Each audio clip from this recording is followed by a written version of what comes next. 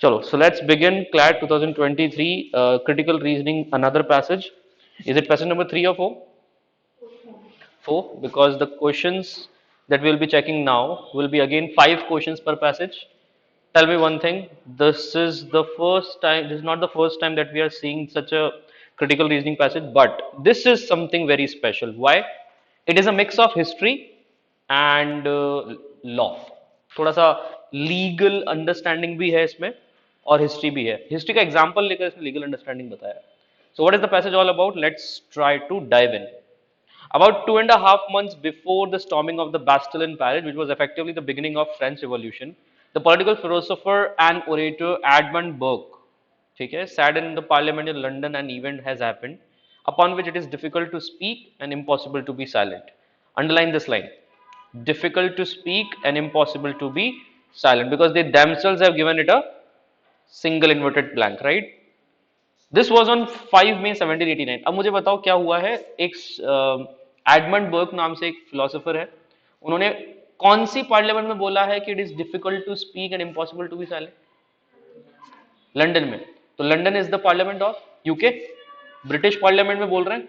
और किस बात पे बोल रहे हैं? कि फ्रेंच रिवॉल्यूशन से की बात पे नहीं, लेकिन फ्रेंच रिवॉल्यूशन से पहले या बाद में. देखो इन्होंने क्या लिखा हुआ है, 2.5 months before the Bastille in storming the Bastille in Paris. Paris is the capital of France. French revolution की स्टार्टिंग मानी जाती है जब बैस्टिल पे अटैक हुआ था, और Bastille was actually a fortress. ये एक्चुअली ना एक हाइट पे एक फोर्ट्रेस होती है जिसपे सारे गवर्नमेंट बिल्डिंग्स और प्रिजन्स होती है, बेसिकली मोस्टली प्रिजन होती है. तो उस पर अटैक हुआ था और वहीं से फ्रेंच रिवॉल्यूशन की स्टार्टिंग मानी जाती है. तुम सबने एसएस में पढ़ा हो तो ये कह रहा है उसके दो ऑलमोस्ट 2.5 महीने पहले, 2.5 months बैक, हुआ ये कि एडमंड ब्रूक ने बोल दिया एक इवेंट हुआ है which is difficult to speak and impossible to be silent. बताओ ये फ्रेंच रिवॉल्यूशन वाला इवेंट तो नहीं हो सकता, क्योंकि ये तो उसके 2.5 महीने पहले हुआ है. तो अब बताओ वो एन इवेंट कौन सा इवेंट होगा, वो आगे लिखा हुआ, चेक करो. This was on 5 May 1789. Burke's speech had nothing much to do with the developing of the storm in France. It was nowhere related to France developing of the revolution. So what was it related to? The occasion rather was the impeachment of Warren Hastings, who was then commanding the British East India Company, which was setting up British rule in India, beginning with company's victory in the Battle of. तो battle of Plassey हुआ है 23 जून 1757, और ये कब बोल रहे हैं? 5 May 1789. अब इतना सा बता दो मुझे कि बैटल ऑफ प्लासी से ब्रिटिश रूल का स्टार्टिंग माना जाता है, ठीक है, कि ब्रिटिश रूल ने एक्चुअली इंडिया में जब कदम रखा तो सब ये सबसे पहली जीत थी उनकी. और उस समय उनके गवर्नर कौन थे? British east India company governor थे वॉरेन हेस्टिंग्स. तो वॉरेन हेस्टिंग्स की जीत के बाद में उन्होंने डेवलपमेंट ऑफ ब्रिटिश रूल करना शुरू किया इंडिया में. बेसिकली उन्होंने एक्सप्लॉयटेशन, टॉर्चर, ये सब करना शुरू किया, राइट. तो हुआ ये कि अल्टीमेटली एक इवेंट उस बीच हुआ जिसके बारे में कौन बोल रहे हैं? एडमंड बर्क, कि ये गलत हुआ and it is difficult to speak and impossible to be silent. तो याद रखना ये फ्रेंच रिवॉल्यूशन से रिलेटेड नहीं है. ये एन इवेंट कौन है? ये फ्रेंच रिवॉल्यूशन नहीं, ये तो वेरेन हेस्टिंग्स का इंडिया रूल है. आया क्या? और हो सकता है ये इवेंट सिर्फ बैटल ऑफ प्लासी नहीं, बैटल ऑफ प्लासी के बाद वाले इंसिडेंट्स भी हो सकते हैं. अभी वो एग्जैक्टली मेंशन नहीं कौन सा इवेंट है, पर इतना समझ में आया ये वेरेन हेस्टिंग्स के लिए, ना कि फ्रेंच रिवॉल्यूशन, क्योंकि फ्रेंच रिवॉल्यूशन की डेवलपमेंट में 2.5 महीने बाकी थे अभी. करेक्ट.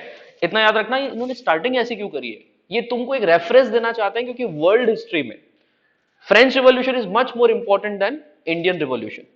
तो व्हाट हैपेंस इज इन्होंने फ्रेंच रिवॉल्यूशन का टाइम रेफरेंस दिया और आपको कनेक्ट किससे करवा दिया? इंडियन ब्रिटिश इंडिया कंपनी से. तो हम लोग बताओ एक इंटरनेशनल रिलेशन से कहां आ गए? Domestic relation, basically national relations पे आ गए. ठीक है. आपको याद रखना है कि आईआर के पैसेजेस जो होते हैं इंटरनेशनल रिलेशंस वाले, उसमें इंटरनेशनल हिस्ट्री का कंसर्न ज्यादा होता है. तो वहां से टच करके हम कहां पे आ गए? सीधे नेशनल इशू पे. अब बात करते हैं सीधे इंडिया के आगे वाले स्पीच की. In impeaching Warren Hastings, Burke involve the eternal laws of justice. Now tell me one thing, impeaching क्या होता है? Yes, basically terminating from a charge, है ना, on the misconduct of the office. तो आप सिर्फ इतना सा लिख लो, इम्पीचिंग का मतलब terminating from post, terminating post भी कह सकते हो, ऑन मिसकंडक्ट ऑफ ड्यूटीज. मेरी बात में ही मिसकंडक्ट मतलब समझ गए? आपके ऑफिस का अनफेयर यूज एडवांटेज ले रहे हो आप, तो आपको उस चार्ज से हटा दिया जाएगा। तो बताओ वारेन हेस्टिंग्स ने जिस तरीके से पावर का यूज किया है ये जस्टिफाइड नहीं था। ये कौन कह रहे हैं? ये बर्क कह रहे हैं। तो इन इम्पीचिंग वारेन हेस्टिंग्स उन्होंने प्रपोज किया होगा कि Burke involve the eternal laws of justice. कुछ इटर्नल मतलब कुछ अमर लॉज हैं जस्टिस के जो कभी मरते नहीं, इमॉर्टल लॉज, उनका ध्यान रख के देखा जाए तो वारेन हेस्टिंग्स ने बहुत गलत किया। ये इम्पीचमेंट होना चाहिए इनका। आपको पता है ना प्रेसिडेंट के इम्पीचमेंट के खिलाफ बहुत बार रेजोल्यूशंस लेकर आ जाते हैं पॉलिटिशियंस कि प्रेसिडेंट को हटा दिया जाए, सीजेआई को हटा दिया जाए। तो इम्पीचमेंट बेसिकली क्या होता है? एक पब्लिक कॉल होती है कि प्लीज इस हेड को हटा दो क्योंकि अपने ड्यूटीज का गलत इस्तेमाल कर रहा है। मिस यूज ऑफ पावर, याद रहेगा, मिस यूज ऑफ पावर को हटाने का नाम इम्पीचमेंट। तो इम्पीचमेंट वॉरेन हेस्टिंग्स का हुआ है विच बर्क क्लेम्ड, हुआ नहीं है, प्रपोज किया है। जो बर्क क्लेम कर रहा है हेस्टिंग्स हैड वायलेटेड, हेस्टिंग्स ने इस चीज को वायलेट किया था। The impossibility of remaining silent on a subject is an observation that can be made about many cases of patent injustice that move us to rage in a way that is hard for our language to capture. Now tell me one thing, patent injustice में दो तीन meaning आ सकते हैं। पहला, patent उसको कहते हैं जो सबके लिए यूनिवर्सल जस्टिस इनजस्टिस होगा। पेटेंट का एक मीनिंग क्लियर है ना? तुमने कोई चीज पेटेंट करवा ली मतलब वो वेल अप्रूव्ड हो गई है, लाइसेंस्ड हो गई, करेक्ट। अब बताओ लाइसेंस्ड हो गई तो कोई और उसका नाम ले नहीं सकता। एक तो वो वाला याद है ना, कॉपीराइट वाला। दूसरा, पेटेंट का मतलब क्लियर कट भी होता है, वेरी एविडेंट, ऑब्वियस जिसको कहते हैं। तो यहां पर कौन सा वाला मीनिंग आ रहा है सोचो? ये लाइसेंस्ड इनजस्टिस की बात होगी या वेल अप्रूव्ड जस्टिस की बात होगी? अप्रूव्ड वाले की बात है। अब वेल अप्रूव्ड का मतलब समझे, लोगों को जो इनजस्टिस लगता है वो वाले इनजस्टिस की बात कर रहे हैं। ठीक है, तो बताओ, impossibility of remaining silent on subject and observation that can be made about many cases of patent injustice that move us from rage in a way that is hard for our language to capture. There are many incidents, बहुत सारे incidents हैं जिससे हमारा raise, हमारा गुस्सा, raise मतलब anger, गुस्सा develop होता है और फिर उससे हम लैंग्वेज में उस चीज को कैप्चर कर सकते हैं या नहीं कर सकते? नहीं कर सकते। तभी तो उसने बोला था impossible to speak, sorry difficult to speak and impossible to be silent. उसने ये इसलिए बोला क्योंकि इतना भयानक इंसिडेंट हुए हैं बहुत सारे कि उनको लैंग्वेज में नहीं रख सकते हो आप। ओके, और पेटेंट इंजस्टिस हुआ ये सबको पता है, मतलब सबको पता है ये गलत है, फिर भी उसको कोई बोल नहीं पा रहा है कि वो इतना गलत है। आया क्या? नेक्स्ट, ये वेल अप्रूव्ड लिख दिया आपने पेटेंट के लिए। सबको पता है ये वेल अप्रूव्ड इनजस्टिस है, मतलब सब मानते हैं ये क्राइम है, पर क्राइम को बताने लायक क्राइम नहीं बन रहा है, इतना भयानक क्राइम है। अब आगे देखो, impossible for the language to capture, यहां तक ठीक है। And yet any analysis of injustice would also demand clear articulation and reasoned scrutiny. अब बताओ ये लास्ट लाइन क्या कह रही है? एंड येट, येट मतलब फिर भी, एनालिसिस ऑफ इनजस्टिस, अगर इनजस्टिस का एनालिसिस करना है कि वो कितना खतरनाक था, क्या उसके लिए उसको क्लियर आर्टिकुलेट करना जरूरी है? समझे क्या? ये बात सही है कि बहुत ही भयंकर इंसिडेंट हुआ, मान लो कोई अर्थक्वेक आया, अब दूसरा अर्थक्वेक भी आया वो भी भयानक था, कैसे एनालाइज करोगे कि कौन सा भयानक ज्यादा था? किसी की तो मेजरमेंट होनी चाहिए, उस मेजरमेंट के लिए आपको क्लियरली उसको डिस्क्राइब तो करना पड़ेगा कि एग्जैक्टली क्या हुआ। जो वहां पे नहीं तो उनको कैसे बताओगे? लिख के, बोल के? तो लैंग्वेज तो होनी चाहिए ना उसमें। इसका मतलब ये बात ठीक है कि इमोशनल एंगल पे ये हार्ड टू एक्सप्रेस है, पर देखो एनालाइज करना है तो एक्सप्रेस करना पड़ेगा। आया क्या? ये लास्ट लाइन क्लियर है क्या? Clear articulation and reason scrutiny का मतलब, स्क्रूटनी कहते हैं एग्जामिनेशन को, छांट छांट के जब एग्जामिनेशन करते हैं ना किसी चीज की, तो रीजन मतलब लॉजिकल, एक लॉजिकल एग्जामिनेशन भी होना चाहिए उसका, और एक क्लियर आर्टिकुलेशन मतलब समझे, क्लियर एक्सप्रेशन भी होना चाहिए। आर्टिकुलेशन का मतलब लिख लेना, क्लियर एक्सप्रेशन मतलब उसको बोलने का फीचर होना चाहिए। यहां तक क्लियर है क्या? ठीक है, तो हमारे पास दो चीजें बस समझ में आई है। वॉरेन हेस्टिंग्स का बहाना लेकर हमने समझाया है कि उन्होंने जो गलत किया, हमारे एडमंड बर्क उसको शब्दों में बयान नहीं कर पाए, पर ये नीचे जाकर ऑथर खुद कह रहा है कि देखो आप बयान नहीं कर पाओगे तो वो क्लियरली आर्टिकुलेट नहीं हो पाएगा, आर्टिकुलेट नहीं होगा तो उसका एनालिसिस नहीं हो पाएगा। अब आगे देखो, Burke did not in fact give much evidence of being lost for words, लेकिन उसने इतना भी एविडेंस नहीं दिया कि वो वर्ड से लॉस्ट हो चुका है। क्यों? He spoke eloquently not at one misdeed of Hastings but on a great many. Eloquently का मतलब क्लियरली, फ्लुएंटली, फ्लुएंटली लिख लो अब ज्यादा अच्छा है। क्या बोला मैंने? फ्लुएंटली। फ्लुएंटली का मतलब उसने बहुत ही परफेक्टली बताया एक एक चीज के बारे में जो वॉरेन हेस्टिंग्स ने करी है। तो क्या यहां तक समझ में आ रहा है क्या? ऑथर कह रहा है कि आपको क्लियरली आर्टिकुलेट तो करना पड़ेगा, although there are many things that you can't express, वो इतनी हॉरिबल होती है। तो बर्क ने कोई हेजिटेशन नहीं दिखाया इस बात को बताने में कि वारेन हेस्टिंग्स ने कितने गलत गलत काम किए हैं इंडिया में, करेक्ट। उसके रहते हुए कितने गलत गलत काम हुए हैं। He spoke eloquently not one misdeed of Hastings but on a great many. सिर्फ हेस्टिंग्स नहीं, बहुत सारी अलग अलग मिसडीड्स पे भी बात करी उसने, एक मिसडीड पे भी बात नहीं करी। मिसडीड समझते हो? पाप, सिंस। तो सिंस तो उसने बहुत सारे करे, हर एक के बारे में बताया। And proceeded there to present simultaneously a number of separate and quite distinct reasons for need to indict Warren Hastings and the nature of the emerging British rule in India. और इतना ढंग से समझाया कि number of separate and quite distinct reasons, उसने reasons भी दिए, reasons underline करो, for the need to indict Warren Hastings. What is indict? Accuse. Indict का मतलब अक्यूज। याद कैसे रखोगे? डिक्ट क्या होता है? डिक्शनरी में क्या मिलते हैं? वर्ड्स। तो इंडिक्ट से क्या होता है? हम किसी के खिलाफ केस फाइल कर सकते हैं, वर्ड्स लिखवाते हैं ना उसमें, एफआईआर। एफआईआर लिखवाने को आप इंडिक्ट कह सकते हैं। तो I want to indict a case against you, मतलब मैं बोलकर तुम्हारे खिलाफ गवाही दूंगा कि तुम्हारे खिलाफ केस दायर हो। बेसिकली सू लिख दो आप, SUE, सुना है क्या? For need to sue Warren Hastings. Warren Hastings को सू करने के लिए उसने काफी अच्छे अच्छे रीजंस दे दिए थे। अब आगे बढ़ो, लास्ट पैराग्राफ है। No argument was separated out by Burke as the reason for impeaching Warren Hastings. Instead Burke presented a collection of distinct reasons for impeaching. क्या वही बात वापस बोल रहा है? एक भी आर्ग्यूमेंट कहीं पे सेपरेटेड आउट नहीं हुआ पाया for impeaching Warren Hastings. Instead एक एक आर्ग्यूमेंट को बहुत ही डिस्टिंक्ट रीजंस के साथ इंपीचिंग के लिए रखा गया।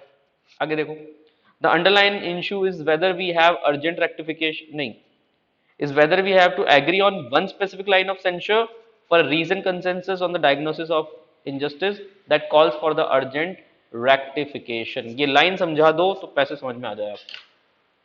अभी तक जो मैंने समझाया आपको इजी था, इस लाइन का मतलब बताओ आप, थिंक अबाउट इट। ऊपर वाला तो क्लियर है। ऊपर वाला क्या कह रहा था कि वॉरेन हेस्टिंग्स को इंपीच करने के लिए उसने हर रीजन दिया।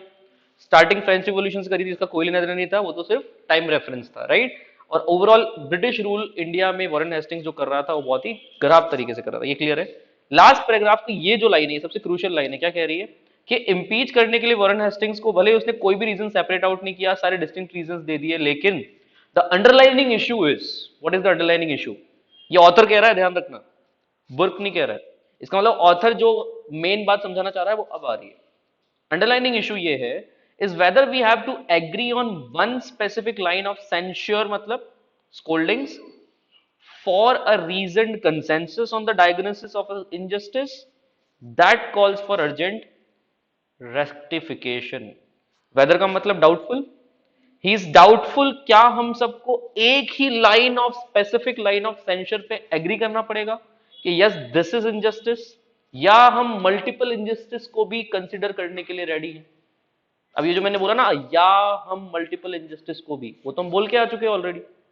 तो अब फोकस क्या है कि आज तक तुमने इनजस्टिस को वन लाइन ऑफ जस्टिस के नाम से जाना है कि देखो कोई इंसिडेंट हुआ, वॉरेन हेस्टिंग्स ने गलत किया, तो तुमको एक लाइन में डिफाइन करना बहुत जरूरी है कि वॉरेन हेस्टिंग्स ने एग्जैक्टली क्या गलत किया। पर तुम्हारे पास एग्जैक्टली कुछ है ही नहीं। तुम्हारे पास तो bits by bits, drop by drop अलग अलग इवेंट्स है जिससे पता लगता है वॉरेन हेस्टिंग्स ने गलत किया। तो हमारी लॉ की सबसे बड़ी लूप होल कि हमको वन लाइन ऑफ जस्टिस की आदत पड़ी हुई है, जो कि हर जगह वैलिडेटेड नहीं हो सकती। आया, आगे पढ़ो। What is important to note here as central to the idea of justice is that we can have a strong sense of injustice on many different grounds। आया क्या? तो ये है इंपॉर्टेंट नोट हियर कि अगर हमारा स्ट्रॉन्ग सेंस ऑफ इनजस्टिस हो सकता है मैनी डिफरेंट ग्राउंड्स पे, यस और नो, अलग अलग ग्राउंड्स पे भी तो इनजस्टिस हो सकता है, यस और नो। आगे, and yet not agree on one particular ground as being the dominant reason for diagnosis of injustice. हमारे पास मल्टीपल ग्राउंड्स के इनजस्टिस हो सकते हैं, जरूरी नहीं है एक ही लाइन ऑफ जस्टिस पर, इनजस्टिस पर हमारा कंसेंसस बन जाए। कंसेंसस मतलब ऑल एग्रीमेंट, ठीक है। तो वो डोमिनेंट रीजन जो होता है ना डायग्नोसिस ऑफ इनजस्टिस में, मान लो तुम लोगों ने पूरी मूवी देखी, तो विलेन के अलग अलग एलिमेंट्स तुमको गलत लगे, पर ओवरऑल एक बात उसकी जो सबसे बड़ी गलत वाली लगनी चाहिए, उससे वो याद रह जाता है। तो अपनी आदत बन गई है उससे कि सबसे बड़ा काम तो उसने ये किया कि उसने हीरो का मर्डर कर दिया, फाइन, तो इससे इसके सामने सारे उसके पाप धुल गए। पर ऐसा नहीं है। डोमिनेंट रीजन होना हमेशा जरूरी नहीं है। वॉरेन हेस्टिंग्स ने इतने मल्टीपल ग्राउंड्स ऑफ रीजन पे इनजस्टिस किया है कि you can not define that in one line of injustice. तो वन डोमिनेंट रीजन होना इज नॉट नेसेसरी। कौन कह रहा है? ऑथर कह रहा है। बर्क ने भी समझाने की बहुत कोशिश करी होगी उस दिन, पर कोई समझा नहीं होगा। ये समझे क्या? तो वॉरेन हेस्टिंग्स का इंपीचमेंट हुआ कि नहीं हुआ ये तो हिस्ट्री हो गई, चलो ये तो जाना पड़ेगा हिस्ट्री में। पर बात ये है कि लोग शायद उसकी बात नहीं समझ पाए क्योंकि उनको आदत किसकी थी? One line of injustice. आया क्या? जो उसमें नहीं लिखा हुआ है वो समझना पड़ेगा आप। This is reading between the lines, right?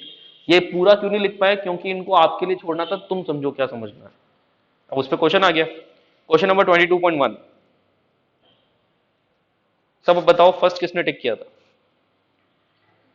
Second, third, fourth? ठीक है, सलील नहीं किया था ट्राई। ठीक है। What did the following can be inferred from the passage? Infer क्या करोगे जल्दी बताओ। Burke did not think that the French revolution was worthy of comment. ये तो बात ही नहीं हो रही। इन्फर करने का मतलब ट्रू पूछ रहे हैं आपसे। What should be the final conclusion of the passage? तो ये तो फॉल्स है। Do you really think French revolution is a matter to concern? No. Burke thought that the storming of Bastille was an inconsequential event. क्या ये event inconsequential है? Burke storming of Bastille ये consequential है inconsequential? We are not at all caring about it. What are caring for is Warren Hastings. तो ये तो साफ हटा दो। फ्रेंच रिवॉल्यूशन तो मैटर ही नहीं है। Next. Burke thought Hastings actions meant Hastings should be impeached. कि हेस्टिंग के एक्शंस का मतलब ये है कि हेस्टिंग को इम्पीच करना चाहिए। ये बर्ग को लगता था या नहीं लगता था? लगता था। ये तो ट्रू है। Burke had no words to describe Hastings method. गलत। He had many words. The answer should be C. गलती समझ में आई क्या? That's it. ये तो इजी था। Question number 22.1। 22.2 बताना। Each of the following is an example of a case of patent injustice to which of the following, according the author, the impossibility of remaining silent on a subject। कुछ याद आया? उसने बोला था it is difficult to speak and impossible to be silent। तो ऐसा कौन सा केस है? क्वेश्चन समझ में आया तुमको? Which of the following example correspond to this idea कि you cannot be stopping your silence, मतलब you cannot be stopping your speaking, you have to have some speaking। Impossible remaining silent वाला कौन सा best observation दिखता है तुमको नीचे? Accept. Accept मतलब जिसको छोड़ना है। तो बताओ मुझे, हमारा आइडिया ये क्या था कि example of case of fitting to which the according the author impossible of remaining silent subject वाली बात हो रही है, उसका एक्सेप्शन चाहिए। तो बताओ, तीन examples impossible of remaining silent को ट्रू मानेंगे, एक उसको फॉल्स मानेगा, गलत मानेगा। बताओ। A man got so angry with his neighbor of playing loud music in the middle of the night that he starts berating the neighbor from his window। Difficult to speak and impossible to be silent वाली चीज में क्या ये fit हो रहा है? वो इतना एंग्री हो गया अपने नेबर के प्लेइंग लाउड म्यूजिक पे कि उसको चिल्ला चिल्ला के, बिरेट का मतलब लिख लो। बिरेट मतलब उसको स्कोल्ड करने लग गया, है ना? उसको बुरा भला अब्यूज करने लग गया। लिख लो अब्यूज। वो भी गुस्से में, एंग्रीली। Scold angrily. किसी को बहुत गुस्से में अपन कुछ सुनाते ना, उसको ब्रेट कहते हैं। तो लाउड म्यूजिक से इतना परेशान हो गया कि अपने नेबर वाले विंडो को ब्रेट करने लग गया। राइट? Yes sir. बस क्लास चल रही, बस रिकॉर्डिंग चल रही, खत्म हो जाएगी अभी। मतलब नेक्स्ट क्लास है? हाँ 5 minute, 5 minute. A person being so upset at being slapped unfairly by another that they have no words to say to the other person। उसने इतना शानदार थप्पड़ खाया है, कुछ बोलने की हिम्मत नहीं है। सी बताओ। A child being so badly bullied by others that they cannot even say anything to the bully। बुली से कुछ मार खाई तो बुली को कुछ कहने लायक नहीं रहे। और लास्ट में क्या लिखा हुआ है? An old person left mouth agape on the road that a thief snatches their purse and runs away with it। तीनों में कुछ सिमिलर लगा? तीनों में आप साइलेंट रह गए और एक में आप बोल पड़े। तो इन्होंने एक्चुअली जो ऊपर एक्सेप्ट लिखा है ना, उसका इतना खास रीजन समझ में आएगा नहीं आपको, क्योंकि इन्होंने एक्सेप्शन नहीं भी लिखा होता तो भी आंसर ए ऑप्शन बैठ रहा है। Tell me why? अगर इसमें ऑड वन आउट भी करोगे तो मिल रहा है आंसर, क्योंकि तीन में तो तुम साइलेंट रह गए, एक में बोल पड़े। तो इसको एक्चुअली एक्सेप्ट लिखना नहीं था, इसको ये लिखना था इम्पॉसिबल ऑफ रिमेनिंग साइलेंट का बेस्ट एग्जांपल बताओ। अब फालतू घुमा फिरा के दिया है, क्योंकि ऑथर उस समय डिफिकल्ट टू स्पीक भी कह रहा था। याद आया? कि वो इतना बता ही नहीं पाया कि कितना हॉरिबल हुआ है वॉरेन हेस्टिंग्स के इंसिडेंट में, तो उसका इम्पॉसिबल टू बी साइलेंट का मतलब यू नीड टू स्पीक। और यहां पर इन तीनों में से, चारों में से who is speaking? A option. तो ये एक्सेप्शन वाला वर्ड बिना लिखे भी अगर आप पूछते तो भी निकल जाता आंसर। ये घुमा फिरा के पूछ रहे हैं क्योंकि ऑड वन आउट से आंसर निकल रहा है। एक्सेप्ट नहीं भी लिखते ना तो भी ए ऑप्शन ही आंसर। ठीक है, what is the 22.3? What is authors main point in the passage above? Come on, main point याद है जिसके लिए तुम सबको रोक के रखा था मैंने? क्या आंसर होगा?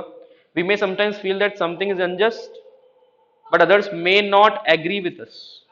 कभी बार होता है हमारे साथ, समथिंग इज अनजस्ट पर अदर्स हमारे साथ एग्री नहीं हो रहे। क्या ये हमारा मेन पॉइंट था? या we feel that something is unjust for many different reasons but they cannot agree upon one main reason why is it unjust? Possible? Next, Burke was an eloquent speaker? No. And Burke did not like Warren Hastings and would do anything to see him impeached? नहीं, ऐसा नहीं है। Answer is B. One main reason वाली line best suit हो रही है, right? Last second question, everyone. Would not being able, why according to the author would not being able to respond with the words to patent injustice not help in the analysis of injustice? क्या पूछ रहा है ये? Line याद है आपको कि अगर हम बोल नहीं पाएंगे तो एनालिसिस क्लियरली हो नहीं पाएगा। ये बात याद आई? would not being able to respond with words to patent injustice not help in the analysis of injustice? तो why not help? क्योंकि वो एक्सप्रेस नहीं हो पाएगा तो उसका एनालिसिस नहीं हो पाएगा। तो बताओ कहाँ है answer? Because if Burke had not spoken out against Warren Hastings, he would have continued with his injustice. ये वाली लाइन तो एग्जाम्पल में चली गई। Because such analysis requires that we take immediate action in response to such cases of patent. नहीं, immediate action की बात हो ही नहीं रही थी। Yes, just coming, 2 minutes. नहीं, because such analysis requires that we present our thoughts and reasons clearly. Yes, हमारा ये वॉरेन हेस्टिंग्स पे जाना ही नहीं है। एनालिसिस रिक्वायर्स रीजंस क्लियरली, आया क्या? लिखा हुआ आया था जो लाइन हमका सेकंड पैराग्राफ थर्ड पैराग्राफ की लास्ट लाइन थी। Such instances would not count as patent injustice, गलत है ये। अगर तुम बोल नहीं पाओगे तो काउंट ही नहीं होंगे। नहीं, काउंट तो होंगे पर उसको बताने के लिए एनालिसिस प्रॉपर करना पड़ेगा, क्लियरली रीजंस बताने पड़ेंगे। सही है ना? Last line, come on, agree disagree पूछा है, जल्दी से बताओ। We need not agree that something is unjust for it become classified as unjust.